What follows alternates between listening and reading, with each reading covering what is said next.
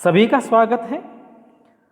आज हम पढ़ेंगे अकबर के बारे में, जिसका कार्यकाल है 1556 से लेकर 1605 तक। और यहाँ हम परिचय करते हैं कि जलालुद्दीन मोहम्मद अकबर यह मुगल साम्राज्य का दूसरा सम्राट था और यह हुमायूं और हमीदा बानो बेगम का बेटा था। अकबर का जन्म है 15 अक्टूबर 1542 को और साम्राज्य की राजधानी में न होकर अमरकोट का राजा वीर साल के महल में हुआ था, क्योंकि 1540 के लड़ाई में जो बिलग्राम की लड़ाई हुई थी, जिसको कनौज की लड़ाई भी कहा जाता है, हुमायूं और शेर शाह के बीच में युद्ध हुआ था। उस लड़ाई में हुमायूं पराजित हुआ था और वहां से भाग निकलते हुए वह वीरसाल के महल में पहुंचा था और वहीं पर अकबर का जन्म हुआ। दिल्ली पर शेर शाह सूरी का नियंत्रण स्थापित हो जाता था और बाद में हुमायूं को दिल्ली छोड़कर भागना पड़ता और इस तरह से अमरकोट के राजा वीरसाल के यहाँ उनको शरण ली और कुछ समय के बाद वह ईरान जा पहुंचा। लेकिन कुछ समय के पश्चात ही शेरशाह सूरी के वंशज को हराकर हुमायूं फिर से दिल्ली का बादशाह बन जाता है, दिल्ली के गद्दी पर बैठ जाता है। तो ये ऑलरेडी हमने देख चुके हैं। तो यहाँ हम बात करते हैं कि अकबर की 21 जनवरी 1556 को हुमायूं की मृत्यु हो जाती है। उसके बाद बदरुद्दीन अकबर को गजनी का गवर्नर बनाया था, पंजाब, जिस वक्त वो पंजाब में है। और उस वक्त अकबर की आयु केवल 13 वर्ष की थी। अकबर का संरक्षक था बैराम खान, जो शिया सरदार था, और उस वक्त हुमायूं की मृत्यु हो गई थी। उस वक्त अकबर मच्छीवाड़ा के पास कलानौर में सिकंदर सूर का पीछा कर रहा था। बिहार का अफगान राजा आलम खान अकबर का प्रतिद्वंदी था। हेमू आलम खान का सेनापति था। जब हेमू दिल्ली पर आक्रमण करता है तब मुगलों का सेनापति तारदी बेग कुर्सी पर बैठता है। तारदी बेग ने सोचा कि अकबर जब तक नहीं आता तब तक प्रशासन संभालने की योजना कर ली जाए। इस प्रकार तारदी बेग दिल्ली के शासक के रूप में कार्य कर रहा था। तारदी बेग हुमायूं का सबसे विश्वसनीय था। हेमू इसका फायदा उठाता है और दिल्ली पर आक्रमण करके तारदी बेग को हराता है। इस बात का पता जब 14 फरवरी 1556 को अकबर को प्राप्त होती है तो कलानौर में अकबर का जो संरक्षक था बैरम खान युद्ध भूमि पर ही ईंटों का सिंहासन बनवाता है और यहाँ जलालुद्दीन मोहम्मद अकबर को हिंदुस्तान का बादशाह विधिवत घोषित किया जाता है। अकबर का दूसरा राज्याभिषेक आगरा में होता है, लेकिन आगरा की सत्ता हेमू के पास होती है। तो हेमू के बारे में हम बोलते हैं। हेमू रोहतक का रहने वाला था, जो जहाँ हरियाणा का इलाका है। शुरुआती सालों में हेमू नमक का व्यापारी था। इसका नमक खरीदने हेतु लोगों की लंबी लाइन लगती थी। एक बार बिहार का राजा आदिल शाह आलम खान, जिसको बोलते हैं, लंबी लाइन देखता है और अपने सेवकों को किस बात की लाइन लगी है यह देखने के लिए भेजता है। तब उनके साथ नौकर बताते हैं कि हेमू को आदिल शाह हेमू एक नमक का व्यापारी है और वो नमक इस तरह से बेच रहा है कि उसका नमक लेने के लिए लंबी लाइन लगी है। हेमू को आदिल शाह अपने सेवा में रखता है। हेमू अपने निपुणता और चरित्र के आधार पर मंत्री पद प्राप्त कर लेता है। आगे जाकर राजा का प्रभाव कम होने लगा और मंत्री का प्रभाव बढ़ने लगा। तारदी बेग को हराकर हेमू दिल्ली पर सत्ता स्थापन करता है। हेमू विक्रमादित्य की पदवी धारण करता है।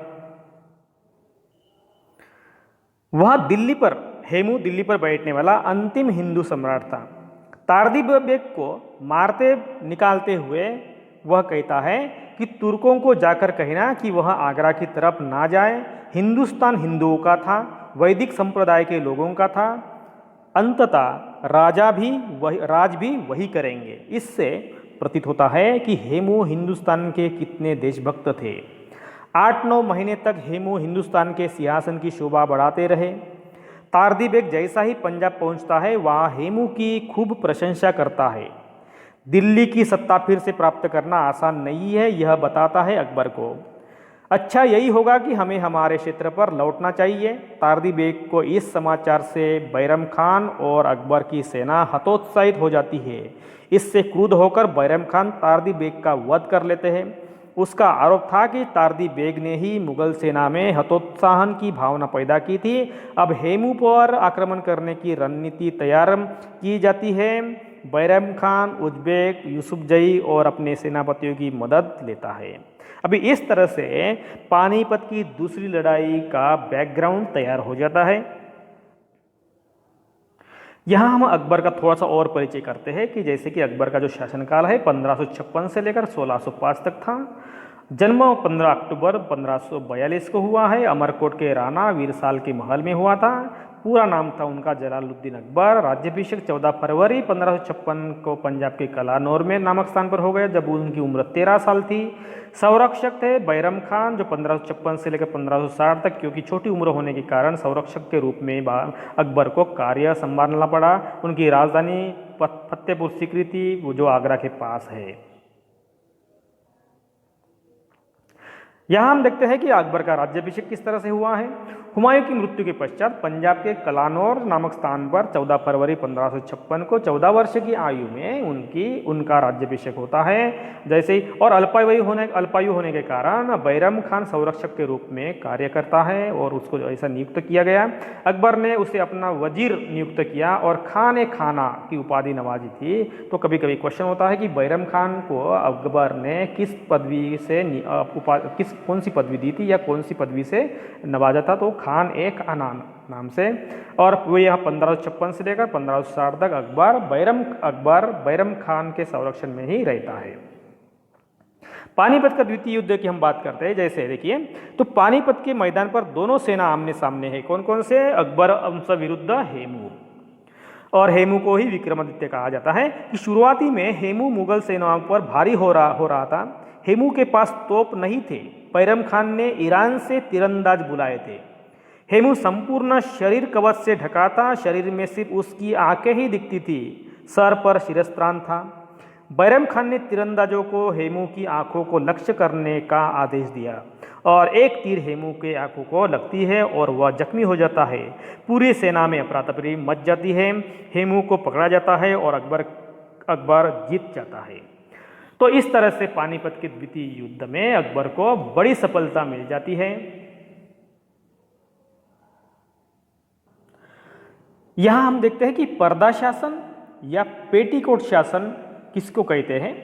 तो अकबर के शासन की शुरुआत के दिन में 1560 से लेकर 1562 तक वह अपनी धाई मां माहम अनगा या महिम अनगा के और उसके पुत्र आदम खान और उसके संबंधियों के साथ रहता था।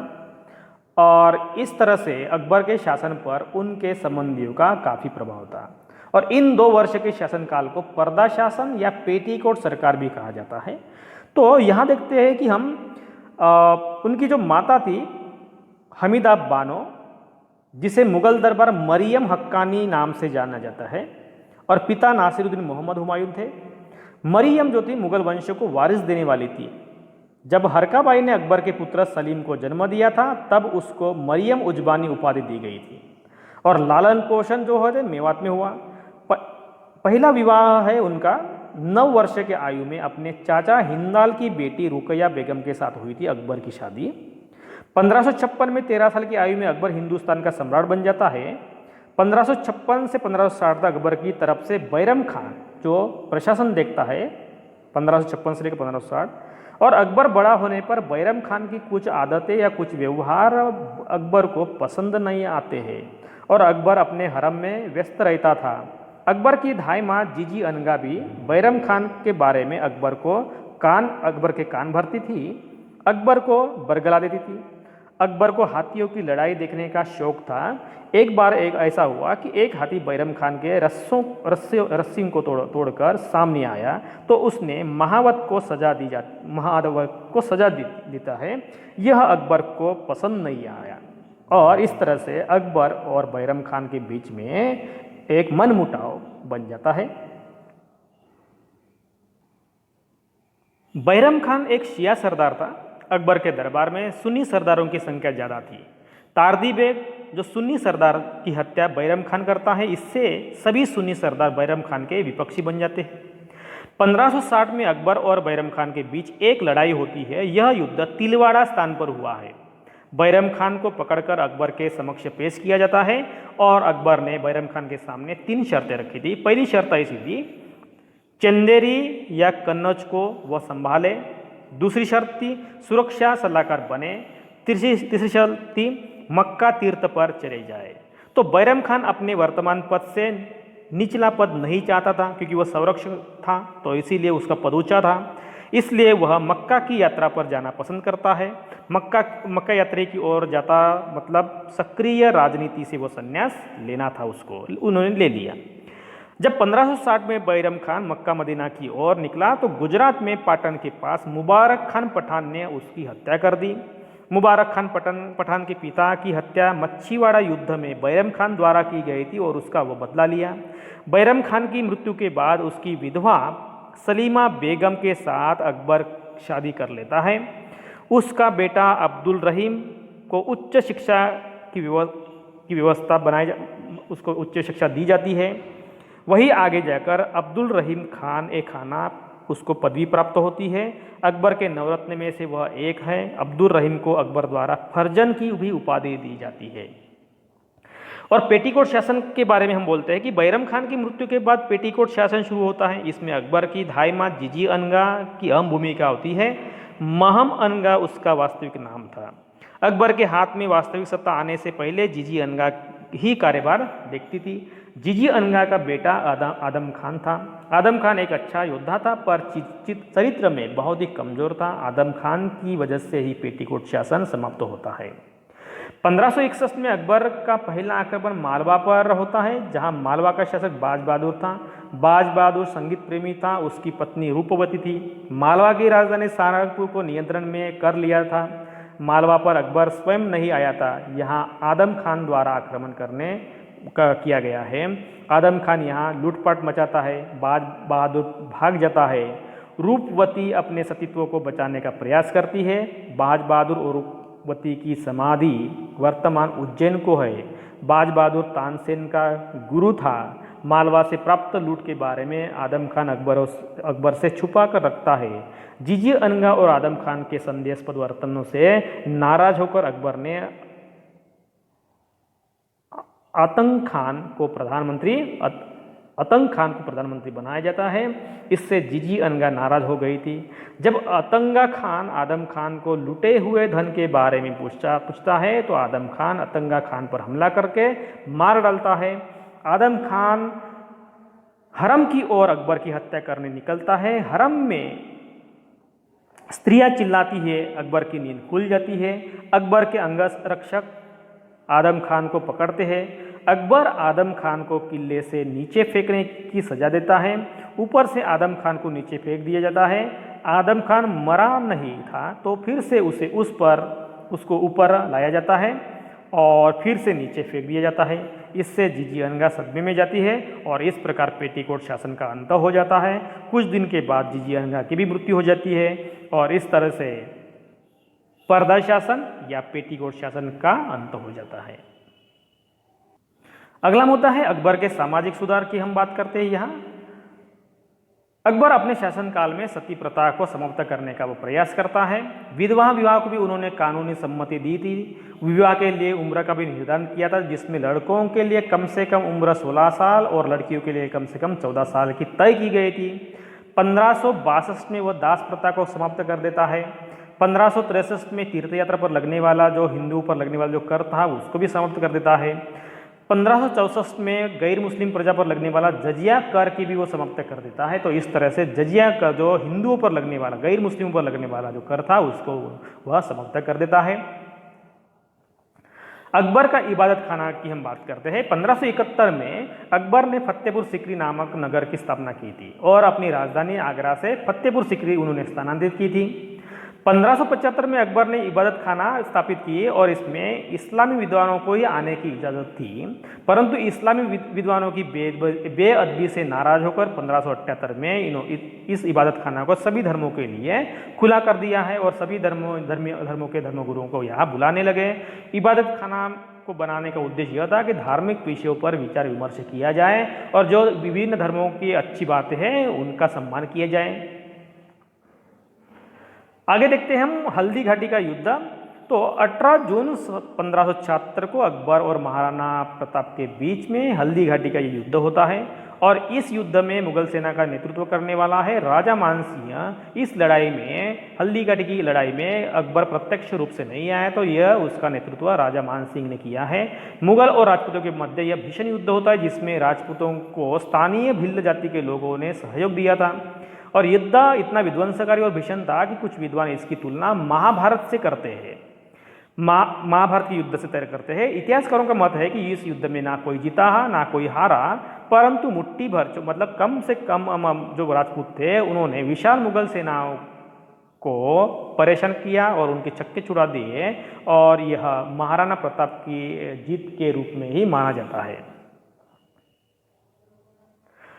आगे देखते हैं मजहर अथवा अमोघ वृत्त क्या होता है। देखिए 1579 में अकबर ने मजहर अथवा अमोघ वृत्त की घोषणा की है। इसका अर्थ था कि अगर कभी किसी धार्मिक विषय पर कोई वाद विवाद होता है, ऐसी स्थिति प्रकट हो जाती है, तो अकबर का फैसला या सम्राट का फैसला सर्वोपरि होगा और वह फैसला सभी को मानना पड़ेगा। इस तरह से वो मजहर या अमोघ वृत्त की घोषणा है। आगे बात करते हैं हम दीन ए इलाही। तो 1582 में अकबर ने एक नए धर्म दीन ए इलाही का निर्माण किया है जिसको तौहीद ए इलाही के नाम से भी जाना जाता है और इसका अर्थ होता है कि दैवीय एकेश्वरवाद। इसमें बताया गया है कि हिंदू और मुस्लिम धर्म के अलावा जैन धर्म, पारसी धर्म, ईसाई धर्म, इनके अच्छे अच्छे सिद्धांतों का भी समावेश किया था। इस संप्रदाय का जो प्रधान पुरोहित था वो था अबुल फजल था, जो अकबर के नवरत्नों में से एक था और कहीं कहीं ये भी मत है कि अकबर स्वयं इस धर्म का संप्रदाय का प्रधान पुरोहित था। तो धर्म में शामिल होने वाला प्रथम हिंदू है राजा बीरबल और अंतिम हिंदू भी वही है जो राजा बीरबल जो इस धर्म को स्वीकार करता है। अकबर हिंदू धर्म के प्रथा और रीति रिवाजों से बहुत ही प्रभावित था और इसीलिए माथे पर तिलक लगाना, हिंदू त्यौहार को मानना जैसे हिंदू धार्मिक रीति रिवाजों को वो मानता था। इस धर्म को बनाने का मकसद यह था कि हिंदू और मुस्लिम धर्म के बीच की जो दूरियां हैं उसको मिटाना है और इस तरह से दीन ए इलाही की स्थापना की गई थी। अकबर के नवरत्न कौन कौन थे, ये इसकी हम बात करते हैं। तो देखिए, तो नवरत्नों के लिए इनका दरबार बहुत ही प्रसिद्ध था। तो यहाँ देखिए तानसेन, राजा बीरबल, तोडरमल, मुल्लादो प्याजा, अब्दुल रहीम, खान ए खाना, अबुल फजल, मानसिंह, फैजी और हकीम हुमाम जैसे लोग शामिल थे। इनको नवरत्न कहते थे। तो उनमें से बीरबल को सर्वश्रेष्ठ माना जाता था और बीरबल का जो वास्तविक नाम है महेश था। बीरबल एक कविप्रिय या कविराज की उपाधि से भी अकबर द्वारा नवाजा गया है। तो इस तरह से ये अकबर के नवरत्न थे। आगे देखते हैं हम अकबरनामा जो नवरत्नों में जो शामिल थे फैजी अबुल फजल का ये बड़ा भाई था और अबुल फजल अकबर के दरबार का एक राजकवि था। अबुल फजल ने ही अकबरनामा और आईन अकबरी नामक प्रसिद्ध पुस्तकों की रचना की है। इनमें अकबर की जीवनी और उसकी शासन प्रणाली की व्यवस्था कैसी थी उसकी व्याख्या की गई है। और नवरत्न में से तानसेन दरबार के प्रमुख संगीतज्ञ थे जो सभी संगीतज्ञों में सर्वोपरि थे, संगीत में वो एक्सपर्ट थे। अकबर के समकालीन सूफी संत जो थे वो थे शेख सलीम चिश्ती। अकबर और जैन धर्म की हम बात करते हैं तो 1582 में अकबर ने गुजरात से जैन धर्म के जो जैनाचार्य है हरि विजय सूरी के जगत गुरु की उपाधि प्रदान की थी। इनको जगत गुरु की उपाधि प्रदान की थी। और 1591 में गच्छ संप्रदाय के विद्वान जिनचंद्र सूरी को भी युग प्रदान की उपाधि प्रदान की थी।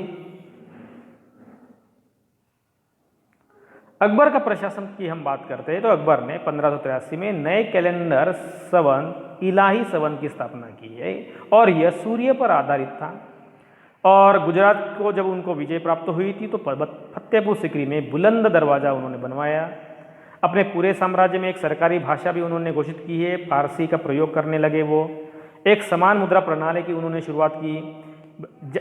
सभी राज्य में एक ही प्रकार की मुद्रा होगी, इस प्रकार की उन्होंने प्रणाली शुरू की थी। एक समान बाट और मापतोल की भी उन्होंने प्रक्रिया शुरू की थी। भूमि राजस्व में सुधार किए उन्होंने, कई मापदंड किए, जैसे शेरशाह सूरी की भू राजस्व व्यवस्था से उन्होंने ही ये सुधार किए थे।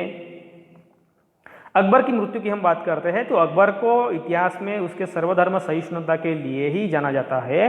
मुगल साम्राज्य नई बुलंदियों पर इसके साम्राज्य पहुंचा था और एक विशाल साम्राज्य के तौर पर वो उभर चुका था। 1605 में अतिसार रोग के कारण अकबर की मृत्यु हो जाती है और अकबर को सिकंदराबाद के पास दफनाया जाता है। उसके बाद अकबर का बेटा सलीम, जिसे जहांगीर के नाम से हम जानते हैं, वह मुगलों का सम्राट बन जाता है।